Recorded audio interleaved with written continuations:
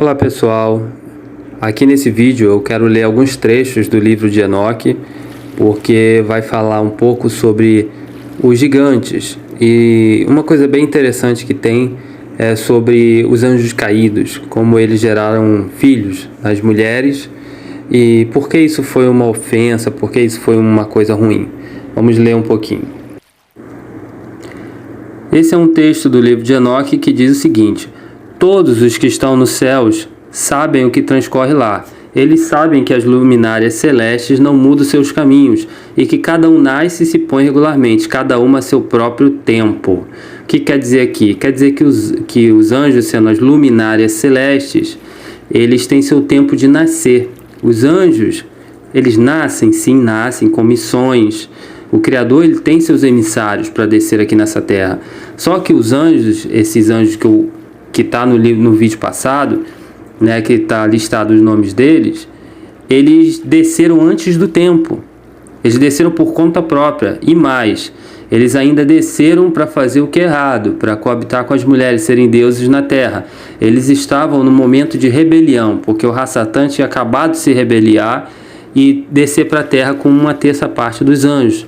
Um outro grupo de anjos decidiu largar sua missão de ser anjo, de ser sentinela, como ali está escrito, e veio para cá também fazer igual o Rassatã, o Satanás, o Samael. Veio fazer a mesma coisa, ser Deus nessa terra, gerar descendência, e assim fizeram os gigantes, esses aí que viraram pedras, esses mesmo que viraram pedra. Então, pessoal, vamos ler mais um pouco. E aconteceu depois que os filhos dos homens se multiplicaram naqueles dias, nasceram-lhe filhas elegantes e belas. Então a gente vê aqui que eles estavam observando as mulheres, né? E quando os anjos, os filhos dos céus, viram-nas, enamoraram-se delas, dizendo um para os outros: vinde, selecionemos para nós mesmos esposas da progênie dos homens, e geremos filhos. Bom, aqui a gente já vê, né, que depois a gente já percebeu que esses filhos são gigantes, né? E dali começou todo o problema, porque os gigantes geraram outros filhos, né, que são os titãs, que têm quilômetros de altura. Então os primeiros, eles tinham um tamanho absurdo também, né, de 100 e poucos metros, 200 e poucos metros e tudo mais. Mas depois vieram os titãs, que eles eram muito maiores, esses tinham quilômetros. E nessa época isso tudo está relatado no livro, e tem outros livros também, não é só o livro de Enoque, tem o livro dos gigantes, o livro do rei de Bazã, o rei Og, o rei de Bazã, as batalhas entre os gigantes, eles batalhavam entre si, houve guerras, enfim, tudo isso. Houve gigantes que tiveram sonhos de saber que iriam morrer, eles iriam morrer. Teve gigantes que tiveram sonhos de águas inundando tudo, e que muitos dos seus irmãos, os gigantes, iriam morrer naquele dilúvio. Eles ficaram preocupados. Então eles não eram monstros, simplesmente monstros. Havia uma hibridização, sim, mas havia também eles eram reis. Eles eram reis. Eles tinham uma certa consciência, eles tinham consciência normal, na verdade. Entende? Então é nesse sentido aí que tem muita coisa para poder ser falado. A ideia que eu quero trazer também nesse vídeo é trazer o resquício que aconteceu deles, ou seja, algumas fotos, né, ilustrativas sobre onde eles estão, e até uma parte interessante da batalha dos anjos com os gigantes, porque foi dado a ordem para os anjos, né, os arcanjos do nosso Criador, destruir os gigantes aqui nessa terra. Então, pessoal, vamos continuar lendo, lembrando que isso aqui são somente alguns trechos do livro de Enoque. Vamos lá. E as mulheres conceberam e geraram gigantes, cuja estatura era de 30 cúbitos. Estes devoraram tudo que o labor dos homens produzia, ou seja, o trabalho agrícola. Eles comiam tudo, e tornou-se impossível alimentá-los. Então aqui a gente vê o seguinte, que eles, lógico, né, comiam demais. E no caso eles se voltaram para os homens, se voltaram para comer as pessoas, pegar as pessoas, e eram canibais. Essa é a ideia. Eles eram canibais, eles comiam seres humanos. E essa maldade toda foi chegando-se aos céus. Quando as pessoas iam morrendo, elas começaram a clamar nos portões dos céus para dizer que era uma injustiça aqueles seres híbridos ali estarem perturbando os seres originais do Criador. Continuando a leitura, pessoal, vamos lá. E os homens, sendo destruídos, clamaram, e suas vozes romperam os céus, céus no plural, hein? Então, Micaúl, Gaborul, Refaúl, Surial e Urial. Isso são os nomes originais. Eu sei que de repente muitas pessoas podem ler isso e achar que está errado, porque seria Miguel, Gabriel, Rafael, tudo El, ou seja, Baal, Baal, Baal. A igreja, né, a igreja católica tirou tudo que tinha o sincretismo de Ul, né, que quer dizer Altíssimo, e colocou El, que quer dizer Baal. Então, tipo, Gabriel seria a força de Baal, Miguel seria quem é semelhante a Baal. Então, por isso que tem El para tudo que é lado, que na verdade o nome de Miguel é Micaúl, que quer dizer quem é semelhante ao Eterno. Mas se quando a gente coloca o El no final, fica quem é semelhante ao Baal. Olha como muda. Por isso eu trouxe aqui os nomes originais. E eu vou falar até um pouco mais sobre isso. Eu trouxe esse quadro aí falando desses 4 arcanjos, que, lembrando, eles são os arcanjos que estavam ali escutando a voz das pessoas que morreram, né, pela mão dos gigantes, e eles foram falar com o nosso Criador para fazer justiça, que depois pediu para Enoque ser guardado, o arcanjo Uriel, que aí o correto é Urial, para ele guardar o Enoque da matança, né, que estava havendo lá, dos gigantes. Então aqui eu tenho esses 4 arcanjos aí que pediram uma solução do nosso Criador para que ele possa fazer justiça. E já tinha todo um plano, né, de resgate, de salvação para a Terra através de Enoque. Sobre os arcanjos e os anjos, vou falar um pouco, né, pausar um pouco essa questão dos gigantes, falar um pouco sobre os arcanjos, porque eles entram muito nessa jogada ali na época pré-diluviana, e não tem como falar, né? No livro de Enoque fala muito sobre eles, fala nomes dos que caíram, fala como era a conversação dos anjos e arcanjos lá em cima, sobre o juramento que houve entre os anjos, inclusive os anjos caídos. Um deles queria até o nome sagrado do juramento, que houve um nome sagrado de um juramento que dominava a terra, dominava os ventos, dominava os mares, os trovões e tudo. Então toda essa questão de segredos ocultos que nós nem fazemos ideia estão no livro de Enoque. É muito interessante ler para quem tem curiosidade. E Micaúl não revelou o nome sagrado do juramento, porque muita força tem no juramento que havia diante deles, lá nos céus, diante do Altíssimo, né, do trono do Altíssimo. Então aqui a gente vê o que Gaborul aqui é aquele que leva as boas novas, mensageiro do Altíssimo.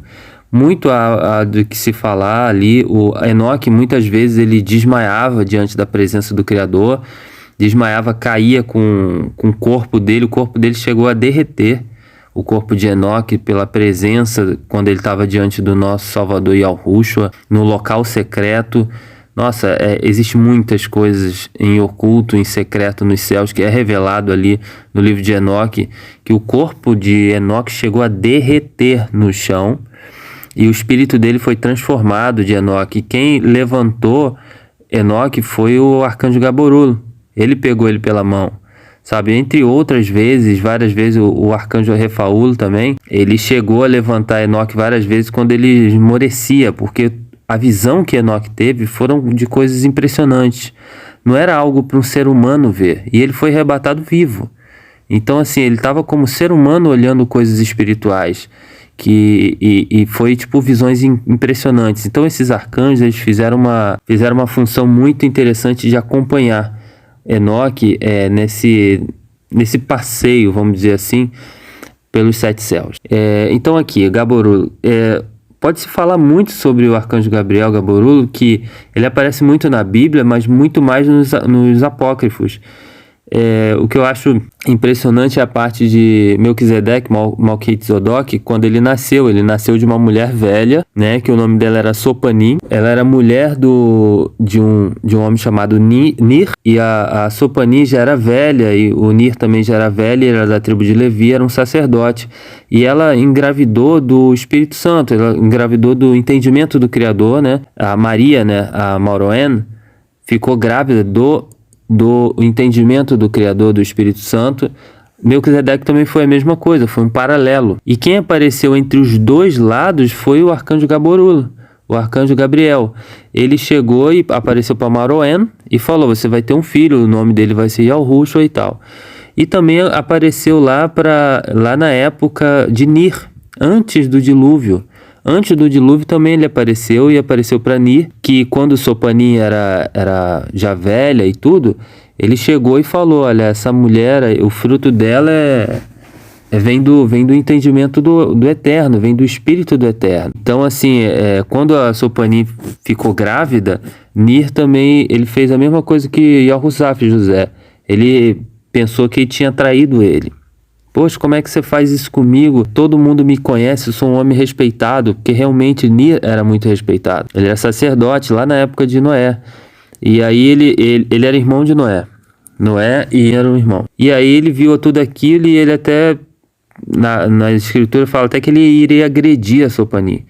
Aí ela falou: não fiz nada, meu senhor, e de repente ela caiu morta. Sopanim caiu morta. E ele pensou: eu acho que eu fiz algo errado, eu acho que ela morreu por conta da minha... que eu fiquei bravo com ela. Mas o senhor viu que a minha mão nem estava sobre ela. E daí apareceu, né, ela ali grávida, né? Grávida e morta. Olha a história, que eu vou ler até um pouco a história de lá, e mostra que Gaborul apareceu muito ali. E aí ele chamou Noé, e Noé chegou ali falando: vamos enterrar ela e tal, porque ninguém vai saber o que aconteceu, ela tá grávida, vamos enterrar ela. De repente, eles foram lá trocar a roupa de Sopanim, a mulher grávida e morta, e quando eles voltaram, uma criança saiu de dentro da morta. Saiu de dentro da Sopanim. E aí ficou ali de pé. E ele já estava vestido, uma criança, não era um bebezinho, tá escrito que ele já estava formado, um menino já grande, né? Não era nenhum bebezinho. E ele já estava com a roupa de sumo sacerdote, com aquele peitoral ali, aquele peitoral das pedras, né? Que o sumo sacerdote levava. Então, eles viram uma criança e o Noé até falou assim: olha, Nir, isso vem de Yahweh. O Criador está renovando o sacerdócio e tal. Então eles viram ali, foram e enterraram ela. Enterraram a Sopanim, inclusive Melquisedeque. Esse era o Melquisedeque, essa criança. Melquisedeque, Malquitzedec, quer dizer, rei da justiça. Ele depois virou rei de Salém. E aí ele foi, a própria criança ajudou a enterrar sua própria mãe. Você vê que ele já saiu formado. E aí depois disso ele passou um tempo, só que havia essa promessa do dilúvio aparecer. O dilúvio ia acontecer ali, e Melquisedeque, ele não poderia morrer no dilúvio. Então veio Gaborul e pediu a criança e falou: eu vou resgatar a criança. E foi isso que aconteceu. Então eu vou ler esse pedaço para ver exatamente como foi a conversação do arcanjo Gaborul com Nir, para pedir a criança, para a criança não perecer no dilúvio. E aí a gente vai ler aqui que esse texto aí, ele é difícil de se achar, fala da vida, né, de Malquitzedec, de quando ele nasceu. Vamos lá. E aconteceu quando a criança completou 40 dias na tenda de Nir, e Yahweh disse ao arcanjo Gaborul: 40 dias, igual o Salvador, né? Depois de 40 dias foi apresentado ao sumo sacerdote. O Criador Yahweh disse ao arcanjo Gaborul: desce até Nir, o sacerdote, leva a criança Melquisedeque que está com ele, coloque-o no paraíso do Éden para preservação, preservar ele do dilúvio, para que ele não pereça, não morra no dilúvio. Ele foi arrebatado para o jardim do Éden. Pois já está chegando o tempo, e derramarei toda a água sobre a terra, e tudo que há na terra perecerá, e eu levantarei novamente, e Melquisedeque será o chefe dos sacerdotes nessa geração. E Gaborul se apressou, caiu voando quando era noite, e Nir estava dormindo em sua cama. Naquela noite, Gaborul apareceu para ele e disse: assim diz Yahweh, Nir, restaura a criança a mim, quem eu confiei. Olha que interessante, né? Gaborolo chegou, né? Desceu de noite, caiu voando, chegou lá e pediu a criança, né? Para quê? Para tirar ela da situação do dilúvio ali que ia cair.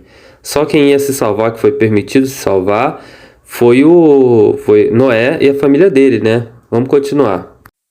Nir não sabia quem estava falando com ele, e o seu coração estava confuso. E ele disse: quando as pessoas descobrirem sobre a criança, elas agarrarão. Olha essa parte, é muito interessante. Elas agarrarão e a matarão, porque o coração dessas pessoas é enganoso diante da face de Ial. E ele respondeu a Gaborolo: a criança não está comigo, e eu não sei quem está falando comigo.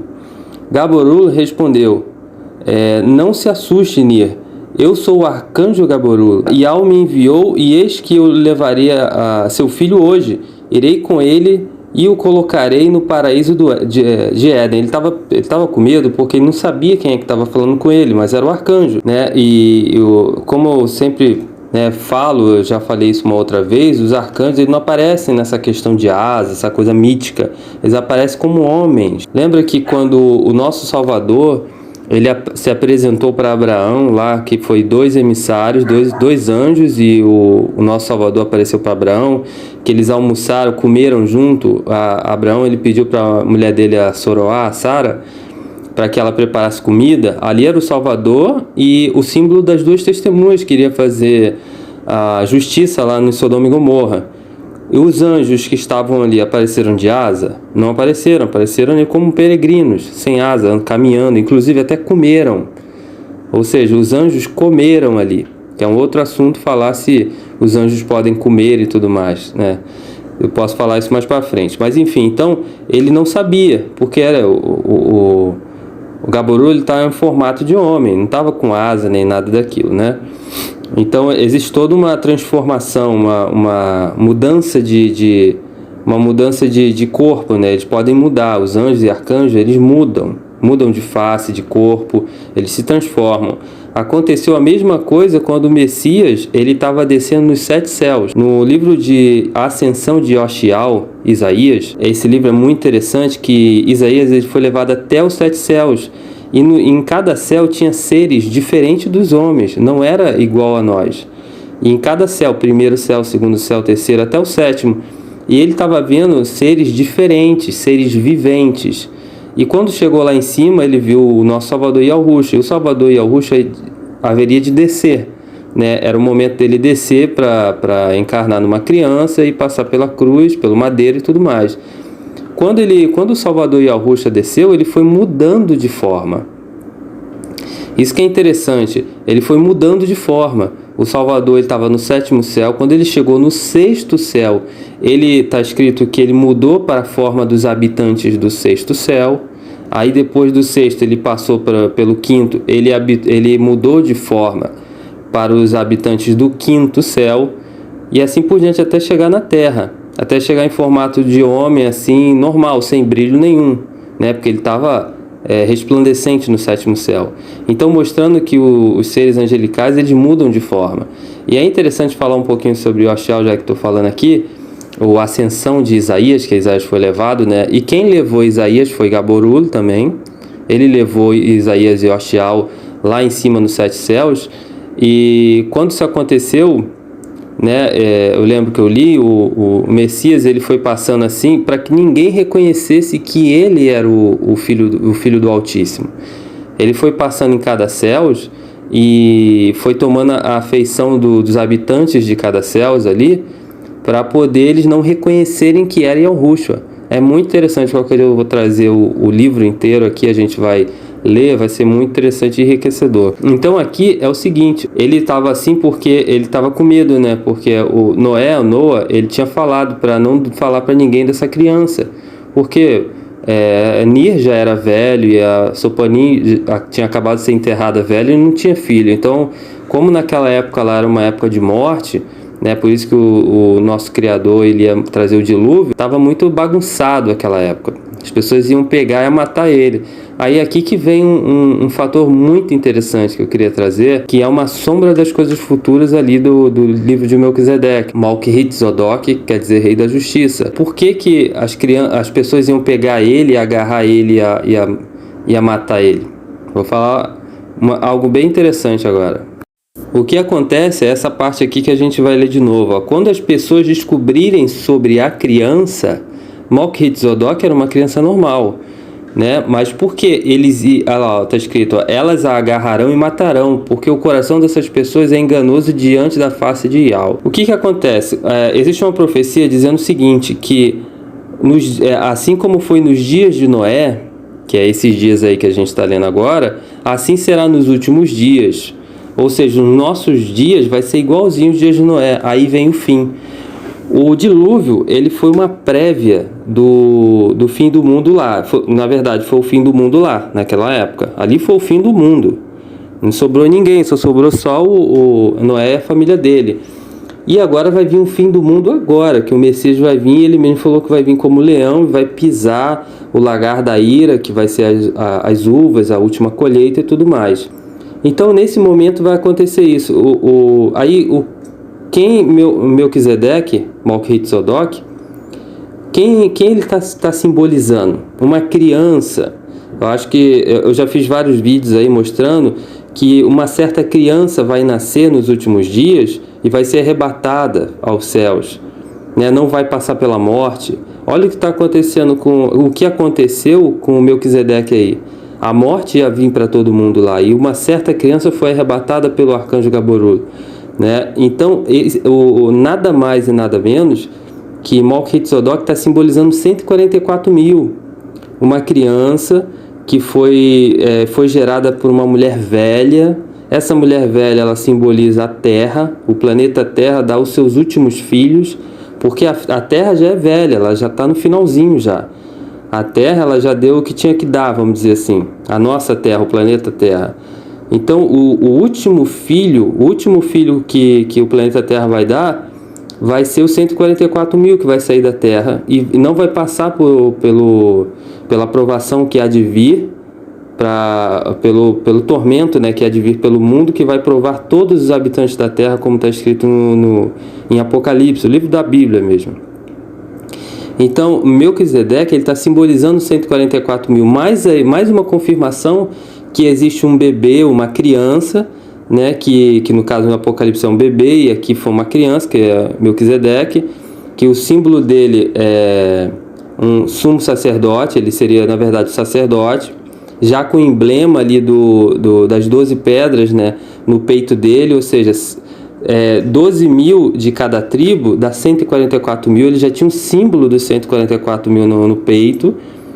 Eu espero que estejam entendendo que isso é um símbolo, isso são para os entendedores o que eu estou falando, não é para todo mundo, porque é difícil entender isso, mas eu acredito que está sendo bem didático para entender que Melquisedeque, ele estava simbolizando 144 mil. Então ele foi arrebatado, assim como vai ser arrebatado agora nos nossos dias aí, depois que as duas testemunhas vierem. Na verdade, os 144 mil vai ser arrebatado primeiro e depois as duas testemunhas vêm. Aí vem as duas testemunhas, que é o símbolo de Melquisedeque. No caso de Melquisedeque, Gaborul levou para o Jardim do Éden.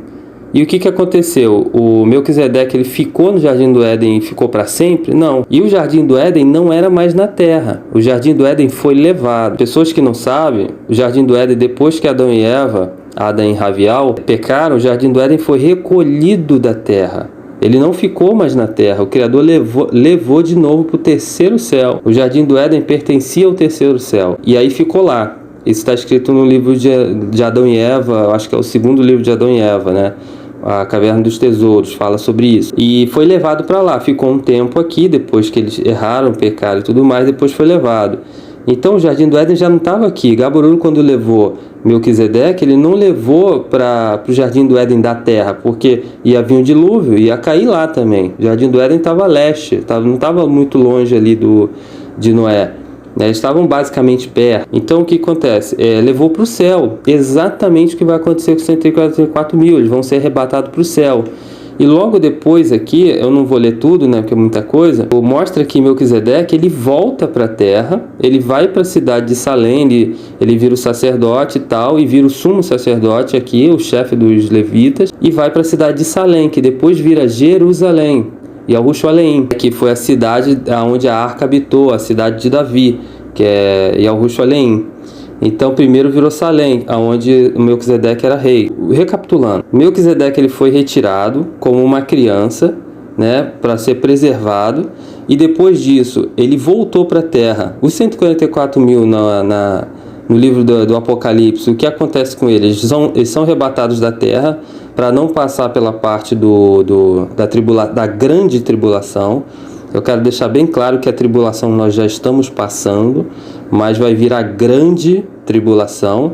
A grande tribulação é uma coisa e a tribulação é outra. E aí os 144 mil vai subir. E eles não ficam lá em cima. No livro de Apocalipse mostra muito bem que o Messias vem e os 144 mil voltam para cá. Exatamente como aconteceu com o menino que foi arrebatado lá no Jardim do Éden e depois desceu. E virou rei. E olha só que interessante, Melquisedeque ele não desceu como um menino qualquer ou como um homem qualquer, que ele depois foi crescendo e tudo mais. Ele voltou para a terra e voltou como um rei, exatamente como 144 mil voltam. Eles voltam com o brilho do nosso Criador, eles voltam com o nome de Yah na testa. Exatamente o que acontece. Então, Melquisedeque, Malquitzedek, rei da justiça, né? Ele simboliza os 144 mil. Então, assim, é bem interessante como as escrituras sagradas, elas te dão um mapa exato do que vai acontecer. E é muito interessante trazer essa informação para a gente ver que o arrebatamento ele já foi falado lá atrás. Então, tudo se encaixa, tudo fecha. Né? Assim como os dias de Noé vai ser nos últimos dias, uma criança foi arrebatada pelo arcanjo Gaborulho e voltou como rei, exatamente nos nossos dias vai acontecer a mesma coisa, enfim, tudo isso aí que eu já falei. E aí, foi por isso que eu queria voltar nesse texto aqui e explicar tudo isso, né? Que as pessoas, se souber que tem uma criança que vai ser arrebatada do mundo, como o coração dessas pessoas é mau, vão agarrar e vai querer matar essa criança. Lá já havia isso, já havia essa maldade, né? Lá na época de Noé. E hoje em dia, se os 144 mil se apresentasse por aí e falasse assim, não, vamos ser arrebatados e tudo, somos as pessoas justificadas diante de Yah, somos as pessoas que carregam o nome e tudo mais, que a igreja de Filadélfia, toda aquela característica da igreja de Filadélfia, eu acho que as pessoas também iam ficar com inveja. Se as pessoas falassem, são vocês, então a gente vai matar. Então por isso que o arrebatamento é num piscar de olhos, é rápido. Ninguém sabe nem quem é, para que não aconteça isso que Nir falou. Olha, vamos ler de novo. Quando as pessoas descobrirem sobre a criança, ou a gente pode mudar, quando as pessoas descobrirem dos 144 mil, né, que vai ser um beneficiado e tudo mais, elas a agarrarão e matarão, porque o coração dessas pessoas são enganosos diante da face de Yah. Hoje em dia, o coração das pessoas também não são enganosos, né? Como tem aí esse pessoal religioso, infelizmente, tem que falar isso, que mata, que só fala em morte e pega dinheiro das pessoas, e enfim, a inveja nesse mundo é a mesma coisa, né? Tanto é que o dragão, ele fica querendo devorar.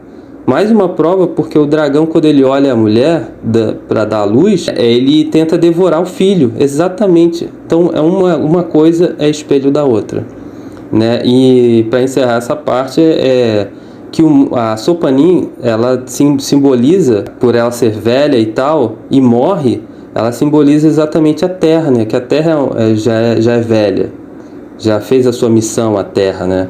Então simboliza a Sopanim que morre, porque logicamente o Salvador ele vem, joga fogo no mundo, né?